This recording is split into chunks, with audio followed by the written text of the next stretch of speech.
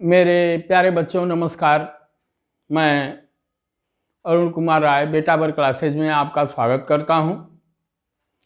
हम लोगों को आपकी पाठ्य पुस्तिका का चैप्टर नंबर 1 का अध्ययन करना है। पिछली क्लास में हम लोग जो है यूक्लिड्स एल्गोरिथम के विषय में बात कर चुके हैं। एक चीज़ मैं उसमें भूल गया था, आज उसके विषय में थोड़ा सा आगे उसका अनुप्रयोग कहाँ है उसके विषय में हम लोग बात करेंगे। पिछली कक्षा में मैं भूल गया था, ये A = BQ + R, जहाँ बताया गया था जहाँ R क्या है, जहाँ यह R जो है बराबर है अथवा बड़ा है 0 से और छोटा है B से, ये था। लेकिन मैं इसकी व्याख्या करने में थोड़ा सा एक चीज़ भूल गया था। यह बताना बहुत सामान्य चीज़ है, कोई विशेष चीज़ नहीं है, लेकिन मैं भूल गया था, इसलिए मैं चाह रहा हूँ कि उसको रिपीट करके बताऊँ। यह R जो है तो मतलब लिखा हुआ है R < B, लेकिन अब जैसे मान लीजिए 22 है, 22 में हम लोग 4 से भाग दे रहे हैं तो कितनी बार जाएगा? 5 बार, ये 20 हो गया। तो यह रेस्ट जो है हमेशा क्या होगा, हमारे भाजक से क्या होगा? कम होगा। हमारे कहने का मतलब ये था, यह स्पष्ट तो है, लिखा गया है b, लेकिन मैं भूल गया था यह बताने के लिए कि हमेशा भाजक जो है, शेषफल जो है भाजक से क्या होगा? कम होगा, और कोई बात नहीं है। और अब जैसे इसका अनुप्रयोग यूक्लिड्स एल्गोरिथम का सबसे ज़्यादा बढ़िया प्रयोग क्या है? दो संख्याओं का महत्तम समापवर्तक ज्ञात करने में इसका हम लोग प्रयोग करते हैं। 2 या 3 संख्याओं का महत्तम समापवर्तक इसकी सहायता से इजीली हम लोग ज्ञात कर लेते हैं। जैसे A और B, मान लीजिए दो संख्याएं हैं A और A एवं B, तो इसका समापवर्तक LCM HCF यदि D है,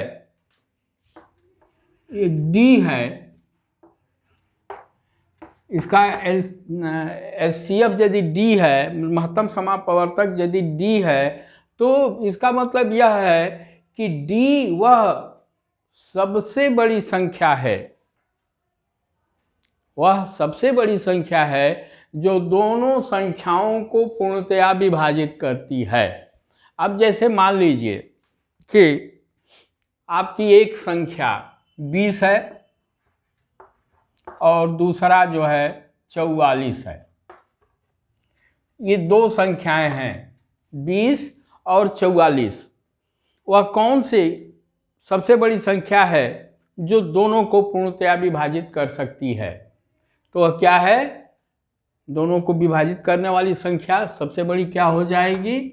यह 2 हो जाएगी, क्योंकि 20 2 से पूर्णतया विभाजित है, 44 जो है 2 से पूर्णतया विभाजित है। और मतलब यहाँ हमको एक चीज़ और, यदि मान लीजिए यह तो D है ही, यहाँ पर D बराबर 2 आया था, किसके लिए? 20 एवं 44 के लिए। और हम लोग पढ़े क्या हैं? A = BQ + R, A = BQ + R। यदि यह R 0 हो जाए, तो A और B का ए और बी का महत्तम समापवर्तक क्या होगा? यदि आर 0 हो, शुरू में ही दिया हो, आर कुछ ना हो, तो क्या हो जाएगा? ये बी जो है दोनों संख्याओं का महत्तम समापवर्तक होगा। अब 2-3 उदाहरण दिए हुए हैं आपकी किताब में, मैं उन्हीं पर चल करके उन्हीं को मैं समझा रहा हूँ। आप लोग भी इसको समझिएगा, अपनी किताब में पढ़िएगा, फिर हम लोग बाद में चल करके प्रश्नावली हल करेंगे। यहाँ मैं लिख दे रहा हूँ A = BQ + R।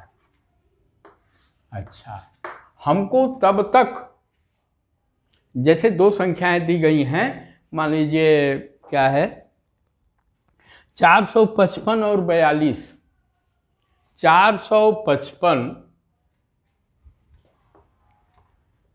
455 एवं 42, इनका जो है HCF हम लोगों को ज्ञात करना है। इनका हम लोगों को HCF ज्ञात करना है। यूक्लिड एल्गोरिथम का प्रयोग करके देखिए कितना आसानी से हम लोग इसको ज्ञात कर सकते हैं। वैसे तो ज्ञात करने के लिए क्या है, 455 और ये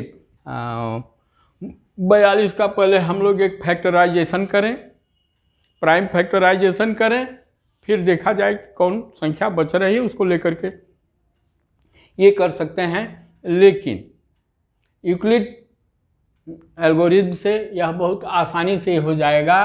तो हम लोग 455 में 42 का भाग देंगे और देखिए कैसे क्या होता है।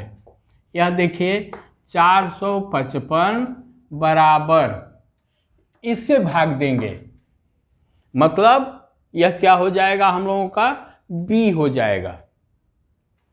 ये जो है 455 हो गया। अब थोड़ा सा ऐसे हम लोग चलें,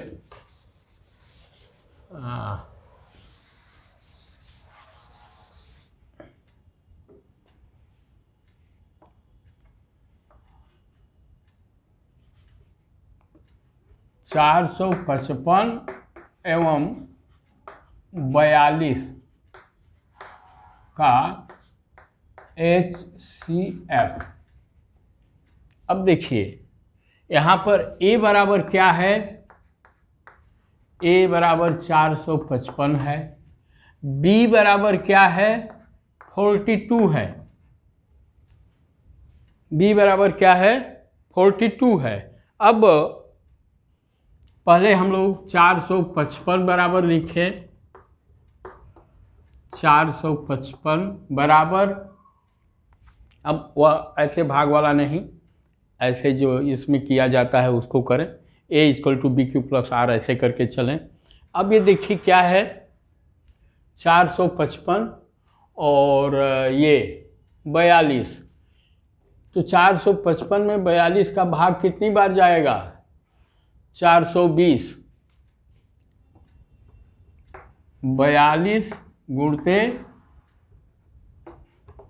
10, ये कितना हो जाएगा।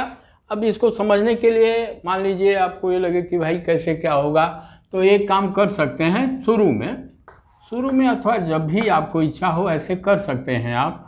42 यहाँ पर कितना आ गया, 10 बार आ गया, 420 कितना आ गया, शेषफल कितना आ गया 35। तो इसको हम लोग क्या लिख सकते हैं, 455 को क्या हम लोग लिख सकते हैं, 42 गुणते 10 गुणते 35। यह यूक्लिड एल्गोरिथम प्रमेयिका के अनुसार। अब देखिए इसकी सबसे बड़ी खूबी क्या है, हमको इस भाग को तब तक करना है, इस प्रक्रिया को तब तक दोहराना है जब तक कि शेषफल हमारा 0 न आ जाए। अच्छा, अब फिर इसका अगला चरण ये होता है, यहाँ पर यह क्या है, भाज्य है, यह भाजक है, यह भागफल है और यह शेष है, शेषफल है। भाज्य, भाजक, भजनफल और शेष। ध्यान दीजिए, भाज्य, भाजक, भजनफल, शेषफल। अब इतना आ गया। अब इसमें करते क्या है कि यह जो भाजक है, यदि यहाँ 0 नहीं आया, 0 शेषफल हमारा नहीं आया, तब तक उस प्रक्रिया को दोहराने के लिए हम लोगों को क्या करना है, यह जो भाजक है यहाँ पर भाज्य बन जाएगा। यहाँ पर क्या ये हो जाएगा, भाज्य बराबर 42 बराबर, अब इससे भाग हम लोग देंगे तो क्या हो जाएगा, यह 35 से भाग देंगे। 42 में 35 से भाग देंगे तो क्या होगा, 35 गुणते 1, 35 गुणते 1, 35 गुणते 1 कर दीजिए। 42 में 35 का भाग दे दीजिए, कितनी बार गया, 1 बार गया। शेषफल कितना आया, 7। 35 गुणते 1 धन 7।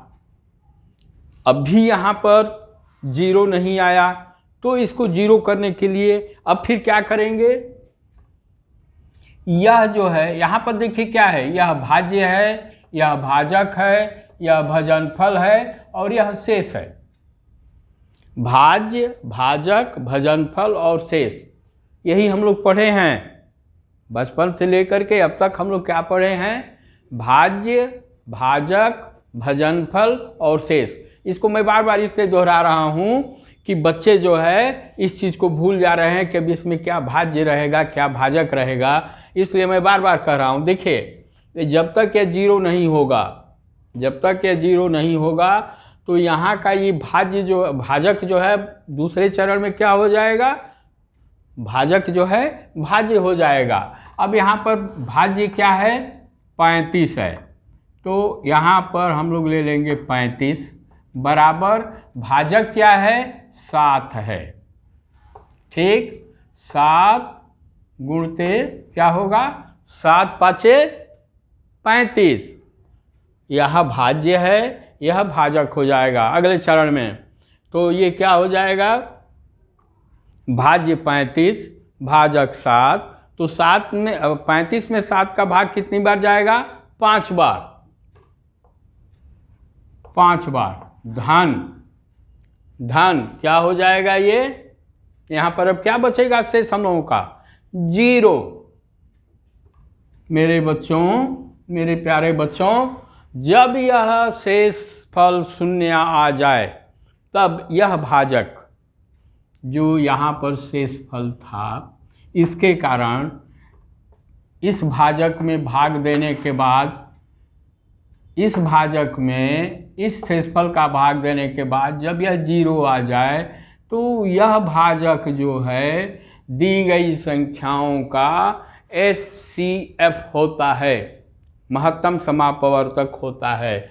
मतलब 455 एवं 42 का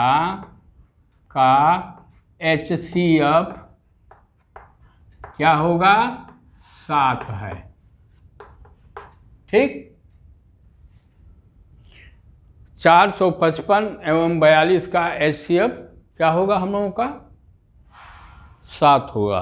फिर ऐसे ही लेकर चले, या देखिए यह पूरा A = BQ + R, ऐसे भी यदि हम लोग करेंगे तो 4 का पहले, अरे 455 का प्राइम फैक्टराइजेशन करेंगे। प्राइम फैक्टराइजेशन का मतलब क्या है, हाँ एक चीज़ और मैं चाहूँगा थोड़ा सा और समझा दूँ।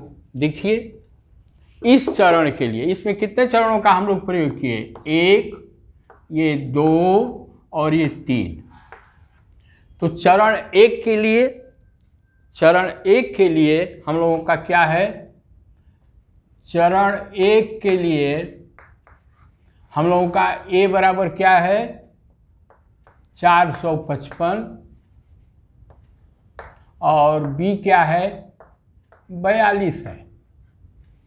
फिर चरण 2 के लिए क्या है, अब चरण 2 में A कितना हम लोगों का हो गया है, 42 हो गया है। ध्यान से देखिएगा, A बराबर 42 और B बराबर क्या हो गया है, 35 हो गया है।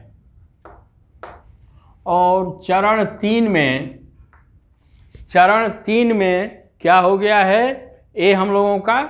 अब यह बी जो है ए हो जाएगा, ए बराबर 35 और बी बराबर 7, बी बराबर 7 हो जाएगा।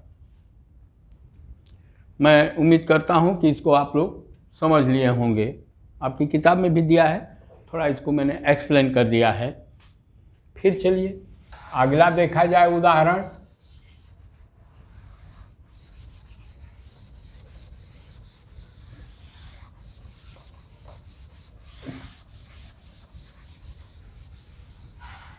अगला उदाहरण क्या है,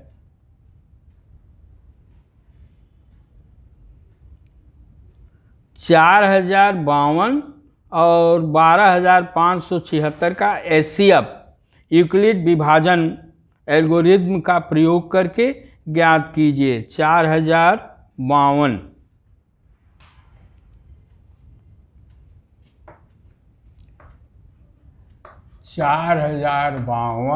एवं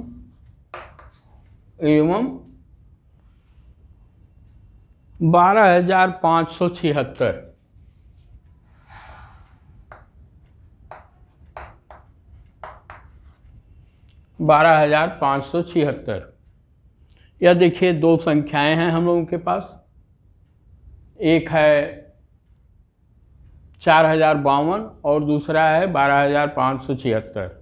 अब इसमें क्या होगा, इसमें बड़ी संख्या को हम लोग ए मान लेंगे। ए बराबर क्या हो जाएगा 12576 और बी बराबर क्या हो जाएगा 4052। बी बराबर क्या हो जाएगा 4052। अब देखा जाए 12576 बराबर कितनी बार भाग जाएगा, 4 तिहाई 12, 3 बार जाएगा, तो क्या हो जाएगा 4052। ये हमारा भाज्य हो गया 12576 और 4052 क्या हो गया, भाजक हो गया। यह 3 बार गया धन।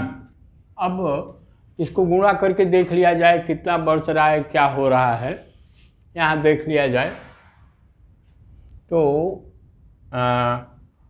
12576 माइनस 52 तिहाई 156 और 4 तिहाई 12, ठीक। 3 दूना के 6, 3 पाँचे 15 और 3 चौके 12, इतना हुआ। इसको देख लिया जाए, यह 0 हो गया। फिर 7 में से 5 घटाएंगे तो क्या बचेगा 2, और 5 में से 1 घटाएंगे तो 4, प्लस 420 हो गया। अब देखिए यहाँ पर ये पहला चरण हो गया। अब देखिए ये पहला चरण हो गया। अब यहाँ 0 नहीं हुआ और हम लोगों की एचसीएफ ज्ञात करने की यूक्लिड एल्गोरिथ्म से शर्त क्या है कि जब शेषफल 0 हो जाएगा तो यहाँ जो भाजक होगा वह क्या हो जाएगा, हम लोगों का एचसीएफ हो जाएगा। अब यहाँ पर क्या होगा 12576 को तो हम लोग देख लिए।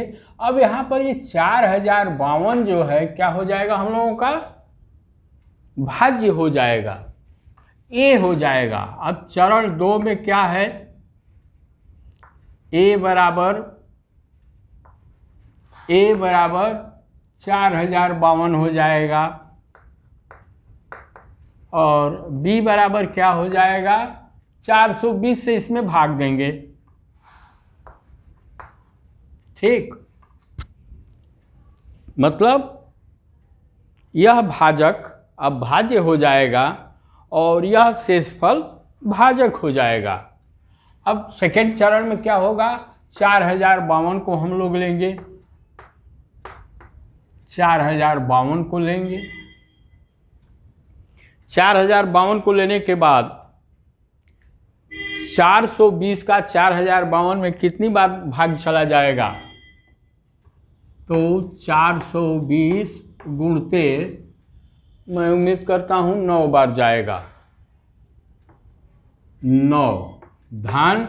अब देखा जाए शेषफल क्या बचता है, तो 4052 में ये देखिए क्या है, 9 शून्य शून्य, 9 दूना के 18 को 8 हासिल 1, 9 चौके 36, 1 37। देखिए 9 शून्य शून्य, 9 दूना के 18, 9 चौके 36 और 1 37। अब इसको घटाइए, 2, 15 में से 8 जाए 7 और ये क्या हो गया, 9 में से 7 गया 2, ये 272 हो गया, यहाँ पर 272 आ गया। अब देखिए इसमें तीसरे चरण, हमको तब तक इस प्रक्रिया को दोहराना है, हमको तब तक इस प्रक्रिया को दोहराना है जब तक कि यह 0 न हो जाए। तो अब फिर क्या होगा, अब यहाँ पर इसमें क्या कहते हैं, अगले चरण में स्टेप 3 में क्या होगा, यह 420 क्या हो जाएगा, अब a बन जाएगा, मतलब भाज्य बन जाएगा। a बराबर क्या हो गया 420 और b बराबर क्या हो जाएगा 272। इसमें 420 क्या हो गया, अब भाज्य हो जाएगा, भाजक क्या हो जाएगा 272। तब तक हमको इसको करना है जब तक यहाँ पर 0 ना आ जाए। तो 420 बराबर 272, ये भाज्य हो गया। अब देखिए 420 में 272 का 2 बार भाग नहीं जाएगा, केवल 1 बार जाएगा, गुणते 1 धन। अब शेष कितना बच रहा है इसको देख लीजिए, तो 420 में से 272 घटा दीजिए, 420 में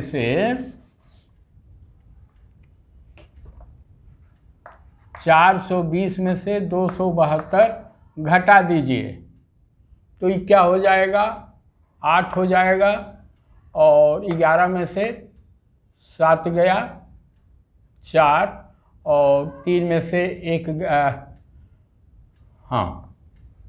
148, 10 में से 2 गया 8, 11 में से 7 गया 4, 3 में से 2 गया, यह 148 हम लोगों का क्या हो जाएगा, रिमाइंडर हो जाएगा, शेषफल हो जाएगा। अब चौथे चरण में क्या हो जाएगा, a बराबर अब क्या हो जाएगा, ये a जो है हम लोगों का हो जाएगा 272 और b क्या हो जाएगा 148।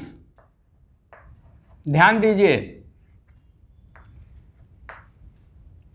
भाजक अब क्या हो जाता है, भाज्य हो जाता है, और शेषफल क्या हो जाता है, भाजक हो जाता है। और यह प्रक्रिया तब तक हम लोग अपनाएंगे जब तक यहाँ पर 0 ना आ जाए। मतलब अब 272 बराबर 148 इसमें भाग देंगे, गुणते कितनी बार जाएगा, 1 बार, क्योंकि 296 हो जाएगा, 1 धन। अब 272 से 148 को घटा दीजिए, 272 माइनस 148 कितना बच रहा है बच्चों, 12 में से 8 घटाएंगे तो 4, 6 में से 4 घटाएंगे तो 2 और ये 124। चलिए, धन 124 हो गया, राइट। अब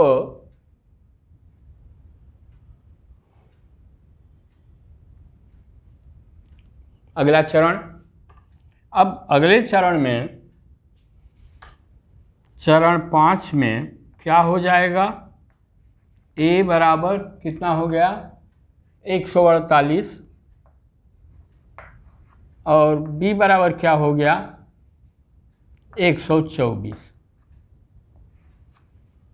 चलिए,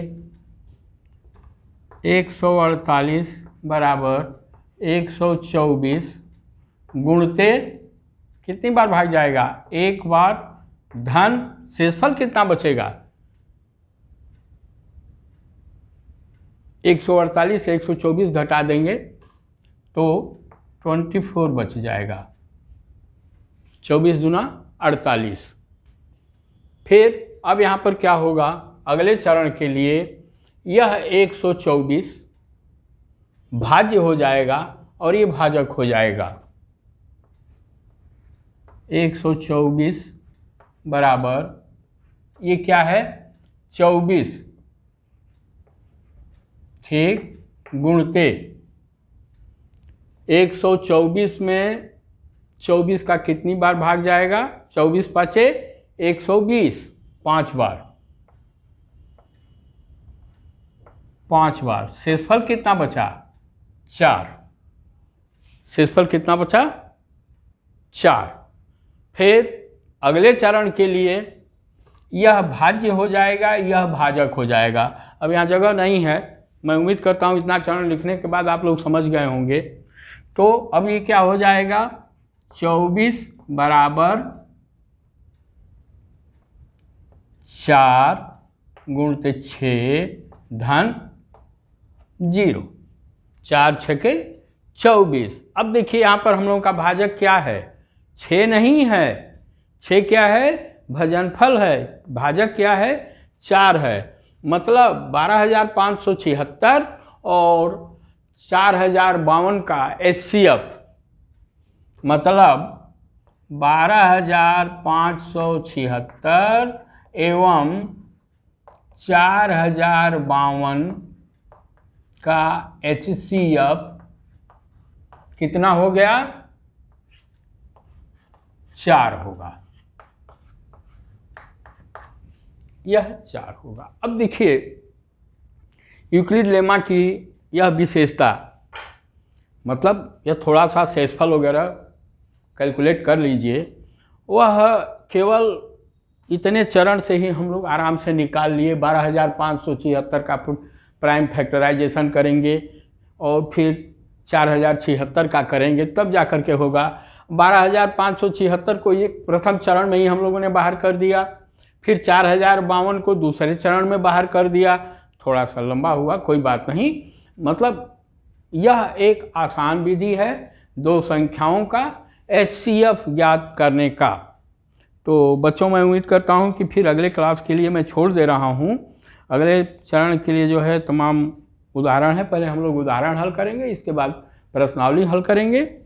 यदि आप लोगों को अच्छा लगा हो तो आप लोगों से अनुरोध है कि इसे आप लोग लाइक करें, शेयर करें एवं सब्सक्राइब करें। धन्यवाद।